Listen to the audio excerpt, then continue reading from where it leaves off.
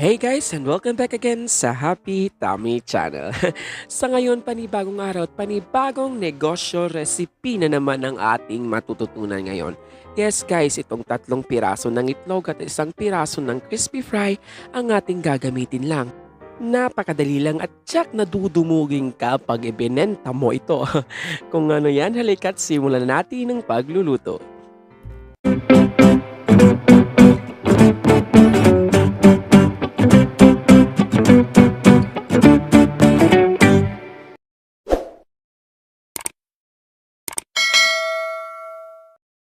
So para sa ating munang procedure ay gagamit ulit tayo ng ating mahiwagang butane. So kanina nga inabit na natin ang 3 piraso ng egg. And then magpainit muna tayo ng ating kawali.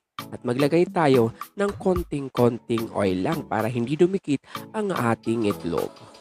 Ha? Sa mga bastos dyan, hindi po yun bastos. So yan, maglagay lang tayo ng 1 tablespoon ng oil sa ating pan. And then, i-heat lang natin in a very, very low heat lang para hindi masunog ang itlog. Yeah. Para hindi masunog ang itlog natin. And then, ilagay na natin ang ating itlog. So, mga green-minded dyan, pasensya na kayo. So, ilagay lang natin, ibuhos natin ang ating itlog sa ating kawali. In a very, very low heat lang ang naging gagamitin na apoy para hindi masunog ang ating itlog. Okay, buhos natin lahat. And then, wait lang tayo ng 2 to 3 minutes para bago natin i-flip ang itlog.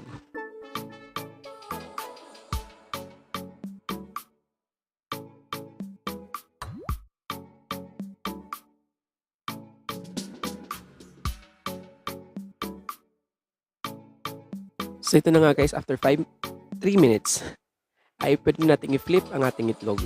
So, ganito ang pag-flip. Gagamit lang tayo ng dalawang, anong tawag dyan? Basta ganyan yan, guys. Oh, di ba? Ang galing ko. So, i-cook lang natin yan for 1 to 2 minutes in a very low heat lang din para maluto ang other side ng ating itlog. And after that, sa next procedure na tayo. So, ilipat lang natin sa isang malinis na pinggan ang ating itlog and let it set. So, habang nagpapalamig tayo ng ating itlog, ay magagawa muna tayo ng ating flour mixture. So, meron tayong 1 cup ng all-purpose flour. And then, ibuhos natin lahat ng crispy fry. So, ang crispy fry na yan ay hindi yung normal size. Yan yung pinakamaliit na mabibili nyo lang sa suking tindahan nyo. So, sa isang crispy fry na yan ay naghahalaga lang ng 9 pesos. So, napakamura lang. And then, mix lang natin at maglagay tayo ng 1 to 2 cups ng tubig. Depende na lang kung watery na siya. So, gradually lang ang ating pag-add ng water. Depende na lang kung hanggang ma-achieve natin ang right consistency.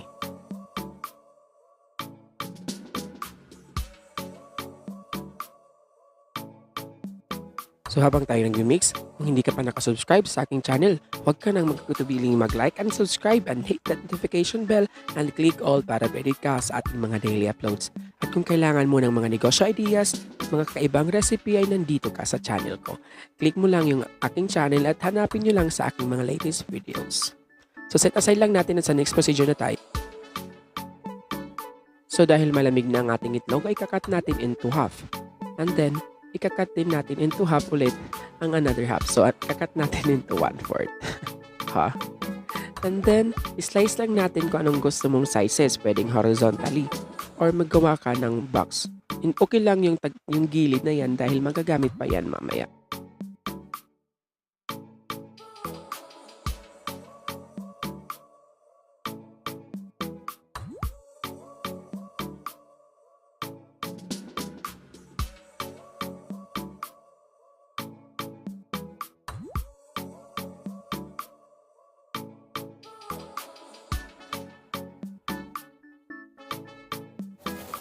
So, ito na lahat ng ating nagawa. Set aside lang natin at mag-coating na tayo.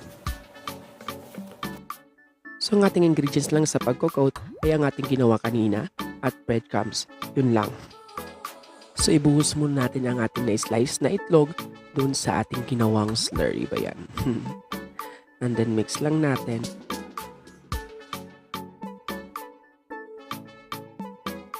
At pagkatapos niyan, para sa final touches ay kukutingan natin yan ng breadcrumbs.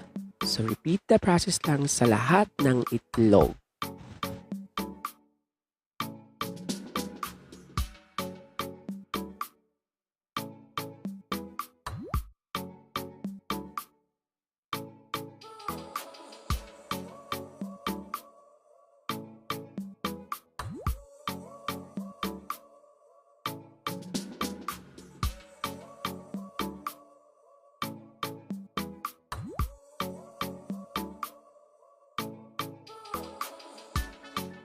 So ito na nga ang ating nagawa. Set aside lang natin na let's ready to fry. So para sa ating pag-fry, gagamit ulit tayo ng ating mahiwagang butane. And pagkatapos ay gagamit ulit tayo ng ating frying pan. And painitin muna natin ang ating frying pan bago natin ilagay ang ating 15 pesos na oil. So 15 pesos na oil lang ang ating gagamitin. Hindi tayo magdadami ng oil dahil nga nagnegosyo tayo. So ang ating gagamitin na apoy ay very luhit lang para hindi magong masunog ang ating ginawang egg fries. So pag mainit na ay pwede natin ilagay lahat ng ating egg fries. So constantly i-flip natin ang ating fries para hindi ito agad masunog. So lutuin natin ito ng 2 to 3 minutes every turn. In a very luhit lang para hindi masyadong masunog dahil gumamit tayo ng breadcrumbs.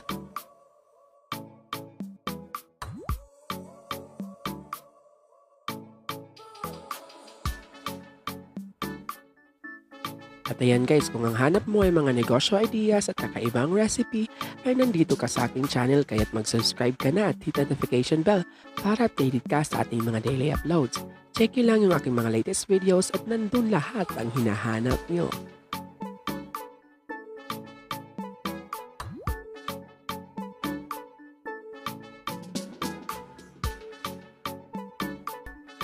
So yan na nga guys, at golden brown na siya. Pwede natin itong hanguin at strain sa ating strainer.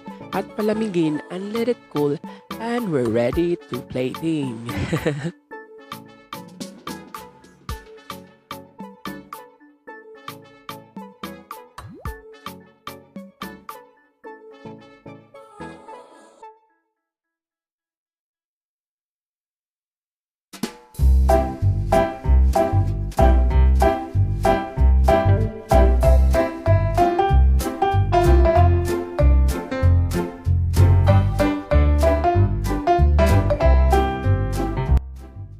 At ito na nga guys, di ba't napakadaling gawin lang at napakasarap yan, promise guys.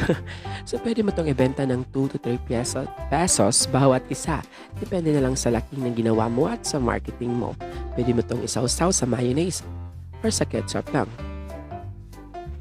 So para sa ating full ingredients ay nandun sa description box below. So thank you for watching guys.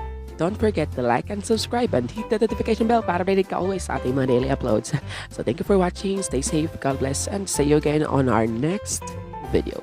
Bye-bye and thank you.